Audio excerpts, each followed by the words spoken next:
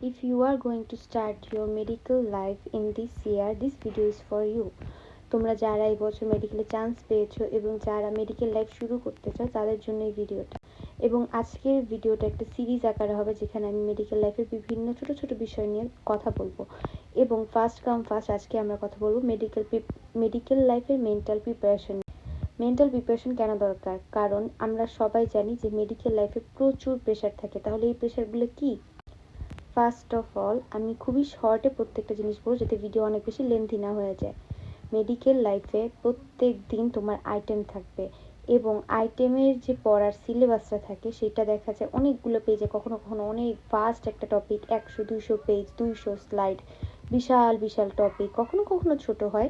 এবং first year second ইয়ারে তো কখনো কখনো একদিনে 2টা করে সাবজেক্টের আইটেম থাকে। এবং এই আইটেম অনেকটা এরকম যে তোমার ভাইভা 1-to-1 ভাইভা, টিচার তোমাকে প্রশ্ন ধরবে, তোমাকে অ্যান্সার বলতে হবে। বাই এনি চান্স যদি তুমি তোতলাও অ্যান্সার দিতে ব্যর্থ হও, তোমার আইটেম পেন্ডিং হবে। আইটেম পেন্ডিং হইলে একসময় তুমি কার্ডে ক্লিয়ারেন্স পাবা না, কার্ড ক্লিয়ার না করতে পারলে টার্ম ক্লিয়ার হবে না, আলটিমেটলি প্রফ দিতে পারবা না। সো প্রত্যেকটা ছোট ছোট স্টেপ বড় একটা স্টেপের দিকে তোমাকে ধাবিত করে। এর জন্য সবসময় একটা মাথায় প্রেশার থাকে যে আমাকে রেগুলার আইটেম ক্লিয়ার করতে হবে। শুধুমাত্র অসুস্থতা ছাড়া কখনোই আইটেম মিস দিবা না। এবং আইটেমের জন্য সিরিয়াসলি যদি পড়ো তাহলে পরীক্ষায় কিছুটা হলেও ইজ হয়। আরেকটা বড় মেন্টাল প্রেশারের ব্যাপার হলো পরীক্ষার আগের রাতের প্রেশারটা। কারণ মেডিকেলের ফার্স্ট ইয়ার সেকেন্ড ইয়ারের পরীক্ষাগুলোর আগের রাতে, স্পেশালি প্রথম পরীক্ষাগুলোর আগের রাতে প্রচুর মানসিক একটা টেনশন থাকে যে আমি কি পারবো, আমি কি লিখতে পারবো। কারণ অনেক বড় একটা সিলেবাস থাকে, যেই সিলেবাস সম্পর্কে তোমাদের আগে ধারণা থাকে না। এবং ভাইবার ক্ষেত্রে দেখা যায় অ্যানাটমিতেই অনেকগুলো সেগমেন্ট থাকে, একবার সারফেস মার্কিং, একবার এক্স রে, একবার ভাইভা, একবার অসপি, প্রত্যেকটার জন্য আলাদা আলাদা করে পড়তে হয়। যার কারণে প্রথম দিকে দেখা যায় অনেক প্রেশার থাকে। এবং যখন তুমি কয়েকটা পরীক্ষা দিয়ে ফেলো তখন আস্তে আস্তে তোমার প্রেশার কমে যায়। বাট এর আগে আসলে অনেকগুলো ব্যাপার তোমাকে একসাথে মেনটেন করতে হয়, যার কারণে তোমার মেন্টাল প্রেশার হয়।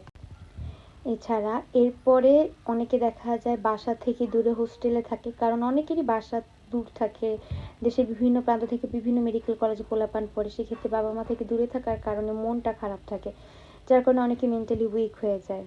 অনেক সময় টিচার বকা দেয়, সেই কারণে মন খারাপ হয়ে যায়। প্লাস দেখা যায় যে ক্লাসমেটের সাথে কোনো একটা গ্যাঞ্জাম লাগলো বা মন মতো ফ্রেন্ড পাইতেছো না, অনেকে প্রেম করতে গিয়ে ছ্যাঁকা খাও, সব মিলে অনেক রকম লাইফে ট্রমা থাকতে পারে।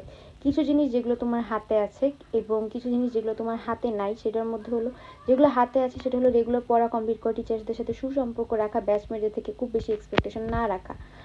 ঠিক আছে, এইগুলো তুমি করতে পারো। ঠিক মানে সবসময় চেষ্টা করবা যে নিজের বিপদ ডেকে না আনতে। তুমি যদি পড়া কমপ্লিট না করো, তুমি স্বাভাবিকভাবে পেন্ডিং খাবা, পেন্ডিং খেলে তোমার জন্য প্রেশার হবে। আর কিছু জিনিস তোমার হাতে নেই, সেটা হলো অসুস্থতার কিছুর জন্য তুমি দায়ী থাকতে পারো। যেমন তুমি মেডিকেল লাইফে যদি খাওয়া দাওয়া না করো তাহলে তুমি অসুস্থ হবেই, সেই ক্ষেত্রে তুমি পড়াশোনা থেকে পিছিয়ে যাবে এবং একটা মানসিক চাপ পড়বে। বাট তুমি যদি মোটামুটি ভালোভাবে তোমার হেলথ মেনটেন করো এবং পড়াশোনা মেনটেন করো রেগুলারলি, তাহলে কিন্তু তোমার রেজাল্ট ভালো হবে। এবং প্রেম প্রীতি করার ক্ষেত্রে মাথায় রাখবে, কেউ যদি তোমাকে মেন্টাল টেনশন দেয়, ট্রমা দেয়, মেডিকেল লাইফের শুরুর দিকে পরীক্ষার আগের দিন রাতে তোমার সাথে ভেঙর ঝগড়া করে, ওইসব মানুষ তোমার লাইফে জায়গা দিবা না। কজ তুমি তোমার একটা গোল অ্যাচিভ করতে মেডিকেলে চান্স পাইছো। সো সবসময় মনে রাখবা তোমার পড়ালেখা, তোমার পরীক্ষা ফার্স্ট প্রায়োরিটি। যদি এগুলো ফার্স্ট প্রায়োরিটি রাখো তাহলে তুমি মেন্টালি সাউন্ড থাকতে পারবা। লাস্টলি আর কি মেন্টাল প্রিপারেশন লাগবে, মেডিকেলে ঢোকার আগে একটা জিনিস মাথায় রাখবা যে প্রতিদিন তোমাকে অনেক নতুন নতুন চ্যালেঞ্জ ফেস করতে হবে এবং সেই চ্যালেঞ্জগুলো তুমি একা হ্যান্ডেল করবা। এবং কোনোভাবে যদি কখনো হতাশ লাগে, তোমার বাবা মা বা কোনো কাছের টিচার এবং সবশেষে আল্লাহ তাআলার কাছে জানাবা যে আল্লাহ আমি এটা পারতেছি না। এবং ট্রাস্ট মি, যে কোনো পরীক্ষার আগে মানে কীভাবে যে আমরা আল্লাহকে ডাকি এটা বলার বাইরে, সবসময় মনে রাখবা যার কেউ নেই তার আল্লাহ আছে। মেডিকেলের ক্ষেত্রে যে কোনো ছোট ছোট পরীক্ষা হোক, সমানে আল্লাহর কাছে সাহায্য চাবা।